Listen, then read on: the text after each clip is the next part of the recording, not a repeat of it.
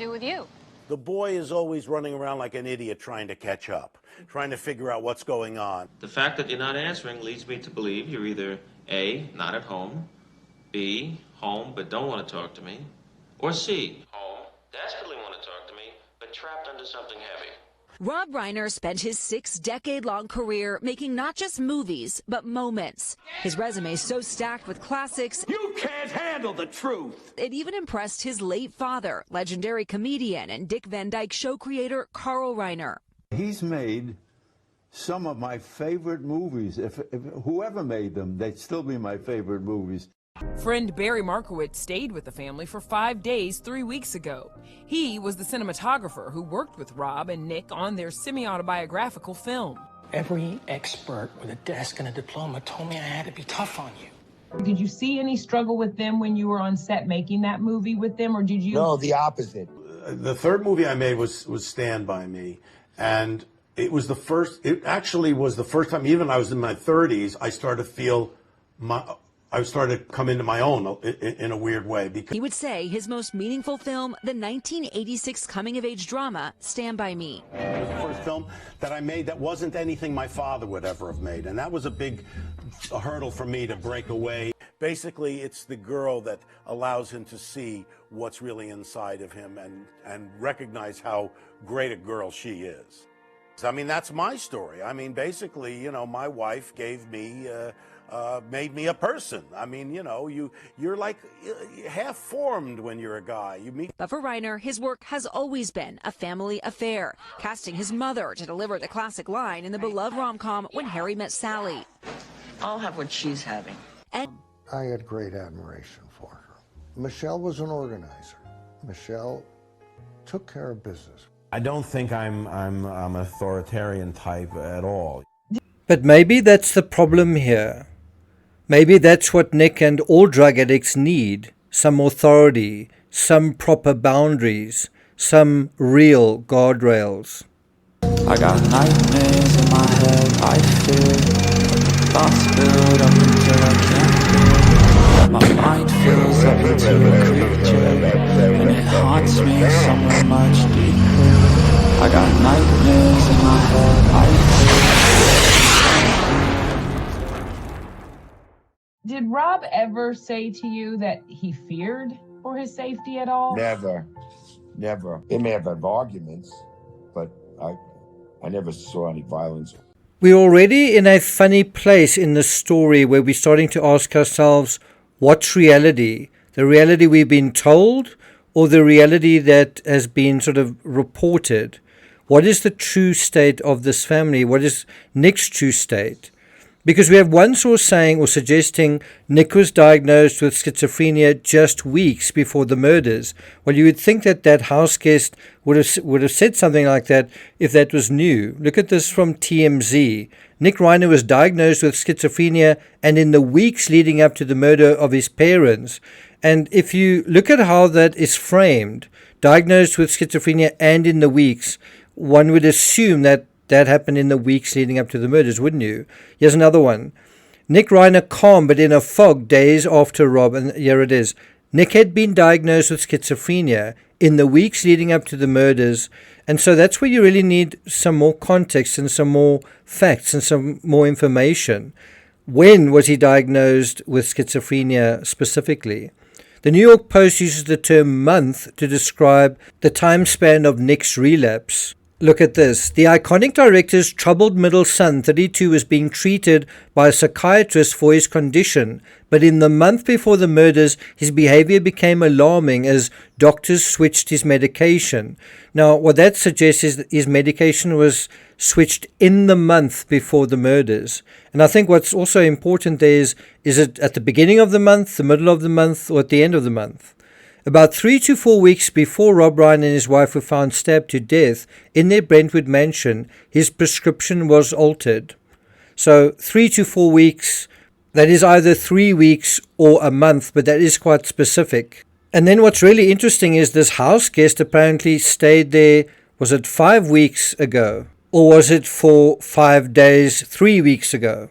And 5 days is about a week. So during that period, was Nick's medication changed? Was he there when that happened?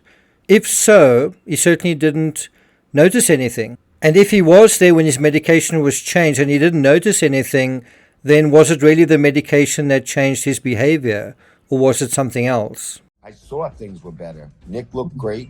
He was communicating and in the family house and, shooting hoops and playing tennis. How do you wrap your brain around him Now now it's being called charged mental. with It's called mental illness. I beg to differ, but before we get to that, if you haven't subscribed to the channel, please do. If you're finding this analysis interesting, worthwhile, important, meaningful, please do hit the thanks button and let's get started. So I think that is something that is often used to explain what is quite difficult to explain sometimes and quite troubling to explain sometimes: mental illness. Someone's depressed or they've got this or that disorder. And I think the harder thing is to explain things kind of in a different way. In my opinion, the issue isn't mental illness. In my opinion, the issue is drug addiction. Those choices that could have been prevented, those choices that actually aggravate something that is already there. And in this particular case, I actually think if you're going to blame mental illness, what caused the mental illness? Well, the drug addiction, in my opinion. And I think a lot of people will say, no, the mental illness came first. But did it? According to the LA Times, they are actually more coy about the timeline. Have a look at this headline. Nick Reiner was prescribed schizophrenia medication before deaths of Rob and Michelle. And here from the article, Nick Reiner had been prescribed medication for schizophrenia at some point before he allegedly killed his parents. Now, what I think is missing from this is he'd been prescribed medication for schizophrenia for years earlier. He'd had schizophrenia for years. So this is also quite a misleading headline. And I think what is also probably pertinent is probably the medication that he was on was changed for some or other reason. And what is that reason? Also, it is unclear the name of the drug and how long he had been prescribed it. Well, that is critical information in this context. And then there's a fourth source, NBC, who is saying Nick was diagnosed with schizophrenia several years ago. That's, I think, an important part contextually. Nick Reiner's medication for schizophrenia was adjusted before parents' killings. He was diagnosed with schizophrenia several years ago and was treated with medication several years ago. And then it's not clear how soon before the slayings his medication was changed.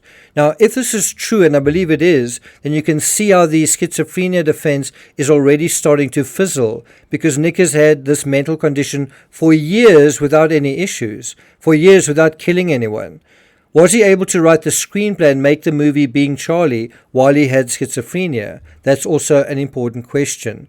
According to NBC, Nick Reiner was diagnosed with schizophrenia several years ago and his medication was changed or adjusted at some point. The medication that he's been taking for years, right? And now I think this is another area where you can say, let's blame the medication, Nick's parents. We can't know for certain what's going on because there's a sealed medical order, which basically means we don't have access to that information right this minute.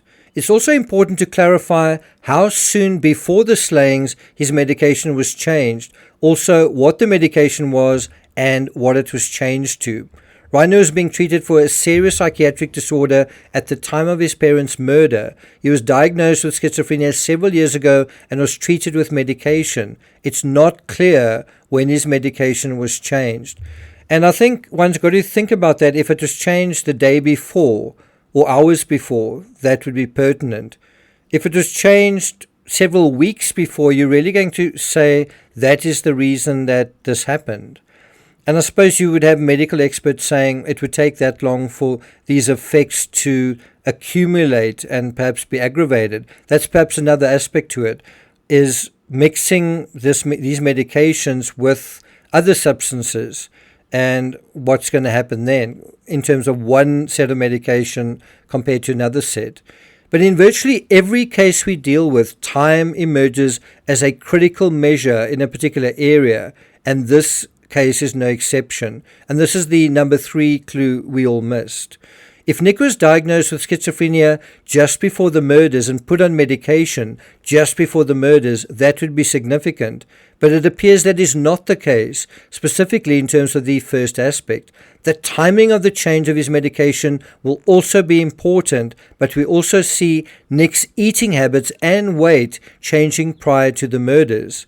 Was that also due to the change in medication, or was that due to changes in his drug habits? If he was taking drugs again, is it the drugs or the medication that would weigh more heavily on his psychology? If the former, that would be his decision and would be inculpatory, I would imagine. If the latter, well, that would be what he was told to do, and that might be mitigating, possibly exculpatory, again depending on when medications were altered and what the medications were. Does that make sense? And so do you see one aspect that really gives us insight into this case is time with regard to these chemicals, these medications, these drugs, and the effects that they led to, the psychological effects that they had on Nick Reiner. Time. The answer is time. And what if Nick was on a particular medication and he was told, do not take drugs or this or that drug because it can lead to X, Y, Z. And then if he did, then is it really the responsibility of the medication or the drug? Think about it like this. If you have epilepsy, and I actually once had a friend who did have epilepsy, and you told you may not drive, and you then drive and have an accident, is it still epilepsy's fault or the medication you were on when you had the accident? If you were informed not to do that, and you did it, and then something happened, can you still blame the underlying condition? Does that make sense?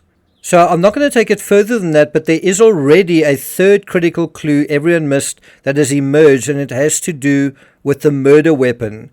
Anyone know where I'm going with that? Rob Reiner had an incredible point of view, a point of view that was inspired by real humanity, kindness, intellect, and all of those elements combined allowed him to become kind of a real American storyteller. Thank you very much for listening, and I'll see you guys next time.